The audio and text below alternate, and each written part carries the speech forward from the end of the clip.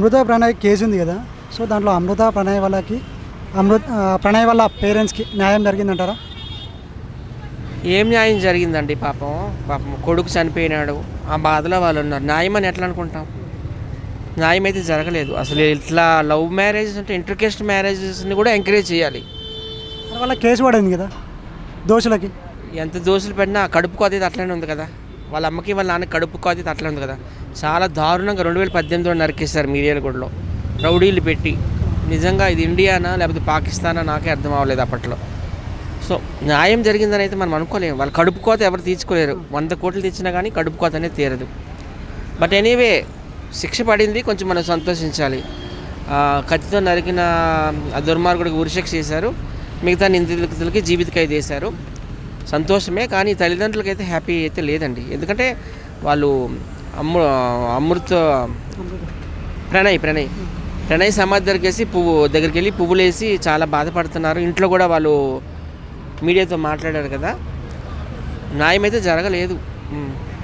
ఇప్పుడు అమృత వచ్చేసి final judgement అప్పుడు కోర్టుకి వెళ్ళలేదు, అటు ప్రణయ్ సమాధి దగ్గర కూడా వెళ్ళలేదు అని చెప్పి కొందరు విమర్శిస్తున్నారు. దానికి ఏముండదు. తను ఏమందంటే మీడియా ముందుకు రావడం నాకు ఇష్టం లేదు, ప్లీజ్ మాకు ప్రైవసీ ఇవ్వండి, ఓకేనా, రెస్ట్ ఇన్ పీస్ ప్రణయ్ అని పెట్టింది. ఎందులో పోస్ట్ పెట్టింది? సోషల్ మీడియాలో పెట్టింది, ఇన్స్టాగ్రామ్లో. సో ఆమె బాధ కూడా మనం అర్థం చేసుకోవాలి. మీడియా వాళ్ళు కూడా ఇంకా పైకి ఎగబడిపోయి ఏవేవో పిచ్చి పిచ్చి క్వశ్చన్స్ అడుగుతున్నారు. సో దానికి ఆ అమ్మాయి భయపడి ఇష్టం లేక ఆమె అట్లా పోస్ట్ పెట్టింది. ఏదో రకంగా రియాక్ట్ అయింది కదా ఆమెను ఇంకా మళ్ళీ గుచ్చి ఇంకా ప్రశ్నలు అడిగితే బాగోదు. పాపం భర్తను కోల్పోయే బాధలు ఆమె ఉంది కాబట్టి ఆమెకు అందరూ సపోర్ట్ చేయాలి. ఆమె బాధను ప్రతి ఒక్కరు కూడా అర్థం చేసుకోవాలి. ఈ తీర్పుతోని పరువు హత్యలు అనేది ఆగిపోతాయంటారా? అసలు పరువు హత్య అనేది ఎక్కడుంది? పదవి నాకు తెలియకూడదు. అందరం మన మనుషులు, మానవ జాతి. ఎవరు క్లోజ్నా కానీ రెడ్ కలర్ బ్లడ్డే వస్తుంది. ఇప్పుడు మా టీమే తీసుకో, మా టీంలో రకరకాల క్యాస్ట్లు ఉన్నారు. మేము ఎప్పుడు అట్లా చూసుకోలేదు. అందరం ఒకే కంచంలో తింటాం, ఒకే మంచం మీద పడుకుంటాం. సో అసలు ఈ క్యాస్ట్ అనేది తీసేయాలని నేను అనుకుంటున్నాను.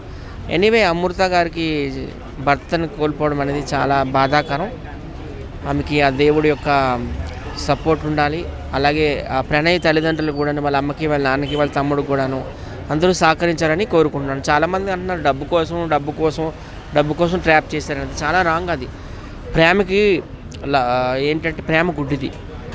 డబ్బు కోసం ఎవరు ప్రేమించరు. ఎవరో నూటుకో కోటుకో ఉన్నారేమో కానీ వీళ్ళదైతే మాత్రం ప్యూర్ లవ్ అండి అమృత ప్రణయ్ది.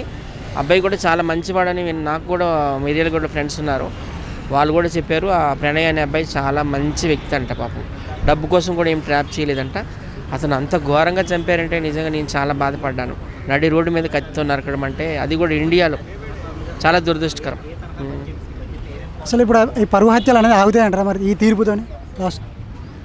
ఆగాలని నేను కోరుకుంటున్నాను. ఎందుకంటే ఆయన ఉరిశిక్ష పడింది కదా. సో నెక్స్ట్ వాళ్ళు కూడా చూసి ఆయన ఉరిశిక్ష అనేది చూసి భయపడతారని నేనైతే కోరుకుంటున్నాను. ఇప్పుడు వాళ్ళకి ఎలాంటి ధైర్యం కావాలి? ఖచ్చితంగా గవర్నమెంట్ సపోర్ట్ ఇవ్వాలండి. ఇప్పుడు అమృత ప్రణయ్ అంటారు కదా, అదే ప్రణయ్ వాళ్ళ అమ్మ నాన్న వాళ్ళు కొంచెం పేద కుటుంబం నుండి వచ్చారు. సో వాళ్ళకి ఏదైనా ఫైనాన్షియల్గా సపోర్ట్ ఇవ్వాలి. 1 కోటి రూపాయలు 2 కోట్ల రూపాయలు గవర్నమెంట్ ఇస్తే వాళ్ళు ఆ డబ్బుని ఎక్కడైనా ఫిక్స్డ్ డిపాజిట్ చేసుకొని ఒక మంచి ఇల్లు కట్టుకొని బతుకుతారు కదా. ఎందుకంటే కొడుకుంటే అవన్నీ చేసేటోడు, ఇల్లు కట్టేటోడు, తల్లిదండ్రులు చూసేటోడు. ఇప్పుడు కొడుకులే లేకుండా అయిపోయినాడు కాబట్టి వాళ్ళు ఖచ్చితంగా తెలంగాణ గవర్నమెంట్ ఒక 2 కోట్ల రూపాయలు ఇస్తే వాళ్ళు ఒక మంచి ఇల్లు కట్టుకొని 1 కోటి రూపాయలు ఫిక్స్డ్ డిపాజిట్ చేసుకుంటే నెలకి 50,000 60,000 వస్తాయి అనుకుంటా. వాళ్ళు బతుకుతారని నేనైతే కోరుకుంటున్నాను. అసలు దీంట్లో ఎవరిది తప్పు? అమృతదా లేకుంటే వాళ్ళ డాడీదా? ఎవరిది తప్పు అంటారు? అమృత వాళ్ళ డాడీదే తప్పు. ఎందుకంటే ఇప్పుడు క్యాష్లు ఎవరు చూస్తున్నారు ఈ రోజుల్లో? అందము ఈడు జోడు చూస్తున్నారు. కొన్ని ఈడు జోడు లేకపోతే బాధపడ్డాడు అనుకోవచ్చు. అబ్బాయి చూస్తే ప్రణయ్ హీరోలాగా ఉన్నాడు, ఈ అమ్మాయి కూడా హీరోయిన్కి మించి ఉంది. సో ఈడు జోడు బాగుంది, ఏం క్యాస్టు అని అనుకుంటే బాగుండిపోయేది. ఇప్పుడు ఆయన ఆత్మహత్య చేసుకున్నాడు. ఇప్పుడు వాళ్ళ బాబాయి జైల్లోకి వెళ్ళిపోయినాడు, అమృత వాళ్ళ బాబాయ్. ఆ నిందితుడు వాడు ఎవడో బీహార్ వాడట, వాడికి ఉరి శిక్ష. ఇంకెవరో 2-3 వాళ్ళు కూడా జీవిత ఖైదు. ఇప్పుడు చూడండి అమృత వాళ్ళ బాబాయ్ పిల్లలు ఆ లేడీస్ ఎలా ఏడుస్తున్నారు రోడ్డు మీదకి వచ్చి. వాళ్ళ డాడీది ఏం తప్పలేదు, వాళ్ళ డాడీది ఏం తప్పు ఉంది, వాళ్ళ డాడీది ఏం తప్పలేదు. ఈ కుట్రదారుడు అంతా అమృత తండ్రే. ఏ శిక్ష పడినా ఈ అమృత తండ్రికి, ఆ నరికినోడికి వేయాలి. అమృత వాళ్ళ బాబాయ్ది అయితే ఏ తప్పలేదు పాపం. తనదే తప్పు లేదు అంటే తను ఒక ఫస్ట్ ఏం చెప్పిందంటే మా బాబాయ్ నన్ను బెదిరించిండు, నువ్వు వేరే వాళ్ళని పెళ్లి చేసుకుంటే ఆస్తి మొత్తం నేనే తీసుకుంటా అని చెప్పేసి. బెదిరించడం అంటే ఆయనకున్న ఒపీనియన్ ఆయన చెప్పాడు, అంతేగాని నాకు తెలిసి ఆయనదే తప్పులేదు. తప్పంతా అమృత తండ్రిది. అలాగే ఆ హత్య చేశాడు కదా వాడు, ఎంత నరహంతకుడిలా ఉన్నాడు వాడు. నడి రోడ్డు మీద కత్తితో నరికాడంటే వాడు ఒక్కడే కదా వెళ్ళాడు. వాడు బీహార్ వాడంట, వాడి తప్పు. సో ఒక ఆయన ఆల్రెడీ వెళ్ళిపోయినారు కాబట్టి ఇంకొక ఆయన్ని ఉరిశిక్ష చేయడం మంచి పరిణామమే. కానీ వాళ్ళ తల్లిదండ్రులకు న్యాయం జరిగిందని నేను అనుకోను. గవర్నమెంట్ ఎప్పుడైతే వాళ్ళకి డబ్బు ఇచ్చి ఆదుకుంటుందో అప్పుడే న్యాయం జరిగిందని నేను అనుకుంటాను. వాళ్ళకి ఎట్లాంటి సపోర్ట్ ఉంటే వాళ్ళకు దాన్ని మర్చిపోవడం జరుగుతుంది అంటారు మామూలుగా?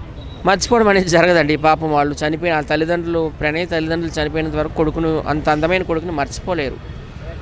సో ఏదో డబ్బు ఇస్తే కొంచెం వాళ్ళకి బతుకు తెరువుగా ఉంటుందని మేము అంటున్నాం. కానీ కడుపు కోతని ఈ ప్రపంచంలో ఎవరూ తీర్చలేరు. డబ్బే కాదు, కోహినూరు వజ్రం తెచ్చినా కానీ తీరదు.